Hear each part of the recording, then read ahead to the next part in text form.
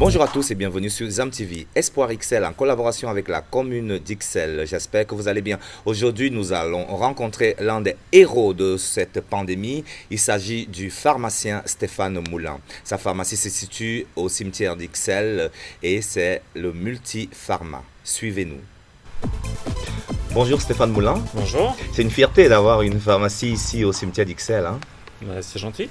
Le cimetière d'Ixelles a été classé comme l'un des quartiers où il fait le mieux vivre en Europe. En effet. Juste avant le Covid-19 pour un magazine anglais. En effet, c'est paru dans la presse et sur les réseaux sociaux qu'on travaillait dans un endroit agréable.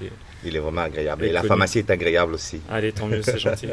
Alors, une crise comme celle-ci, je pense que c'est inédit. C'est la première fois que vous vivez une crise comme ça. Alors, en effet, là, c'est une grande première pour nous et toute l'équipe d'avoir fait face à ce fameux défi et encore au quotidien de devoir relever ce défi quotidien et qui nous mobilise de partout. Et comment vous êtes organisé ? Au début, ça a été très difficile parce qu'on n'avait pas les moyens techniques de protection, les plexiglas, les masques. Donc, on a fait un peu d'improvisation, mais heureusement, la société pour laquelle on travaille a mis en place tout ce qu'il fallait pour faire face à la continuité du service en termes de qualité et en termes de sécurité pour nos patients. Et le protocole vraiment à l'officine, c'était quoi ? C'était les distances de sécurité, le moins de contacts possible afin de ne pas disséminer le virus par contact ou par projection vis-à-vis de nos patients qui venaient quand même en grand nombre au quotidien. Donc, Autant on avait tout fermé, mais les pharmacies étaient ouvertes. Donc voilà. Ça foutait une pression énorme quand même. Voilà, donc nous on a essayé de répondre à la demande de la population et d'assurer la continuité du service en évitant aussi de ne pas tomber malade nous-mêmes pour pouvoir assurer cette continuité. Il n'y a pas eu de problème à ce niveau-là. Non, on a pu s'en sortir jusqu'à ce jour. On croise les doigts. Voilà, sans dégâts.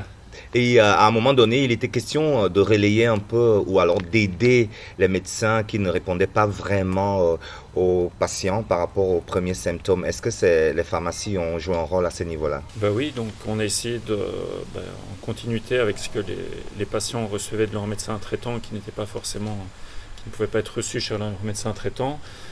On a essayé de jouer le rôle d'intermédiaire en recevant les demandes. Dans la mesure du possible, on y répondait. Et quand on n'y arrivait pas, on prenait contact avec le médecin par téléphone ou on faisait une photo par un réseau social et on essayait de faire le lien entre le patient, le médecin et le pharmacien. Et je pense qu'on a appris beaucoup de choses au cours de cet épisode. Oui, c'était sur le terrain parce que je suppose qu'il n'y avait rien qui était préparé en amont. Donc il fallait vraiment improviser et s'adapter. Voilà, on a joué au jour le jour, on avait les moyens de communication, on avait les contacts avec les médecins, mais on a vraiment dû réunir tout ça pour arriver à communiquer au mieux. Ce qui est important dans une crise, c'est la communication.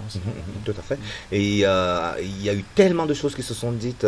Je sais que vous n'êtes pas épidémiologiste ni chercheur, mais il y a eu tellement de médicaments testés. Je ne vais pas trop entrer dans les détails, mais là, ces jours-ci, on parle de la dexaméthasone. Est-ce que c'est un médicament miracle ?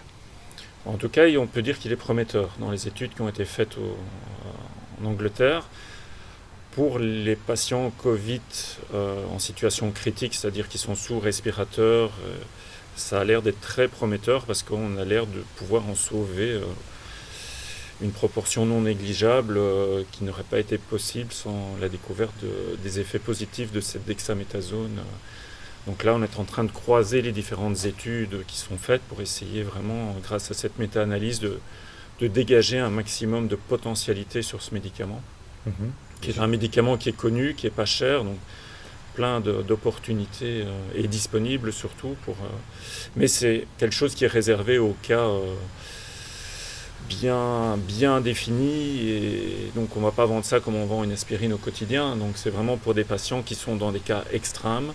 On va pouvoir en sauver encore plus pour ces patients en situation très critique. Mais j'ai appris qu'il y a des effets indésirables. Comme pour tout médicament, il y a des effets indésirables, donc c'est là que les médecins vont jouer leur rôle de réserver ce produit à un patient dans une situation bien déterminée.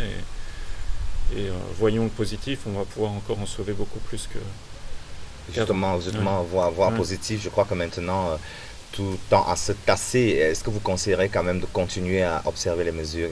Un dernier mot pour les patients? Il faut garder la distanciation dans les endroits de rassemblement importants et dans les endroits critiques pour éviter justement la deuxième vague qu'on a pu éviter jusqu'à présent et la repousser le plus loin possible en gardant un maximum de gestes barrières. Les gestes barrières sont vraiment les gestes qui vont nous permettre de nous sortir de cette crise. Un espoir pour le vaccin? On croise tous les doigts, le vaccin on va le trouver. Après ça va être la question de quand est-ce qu'il sera disponible. On a des espoirs selon une firme Astra qui nous dit pour le mois d'octobre, novembre, ils envisagent de pouvoir avoir les premières doses. Nous, ce qu'on croise les doigts, c'est qu'ils sortent au bon moment pour pouvoir protéger tout le monde. On va donc essayer de suivre les conseils de M. Stéphane Moulin. À très vite sur ZAM TV.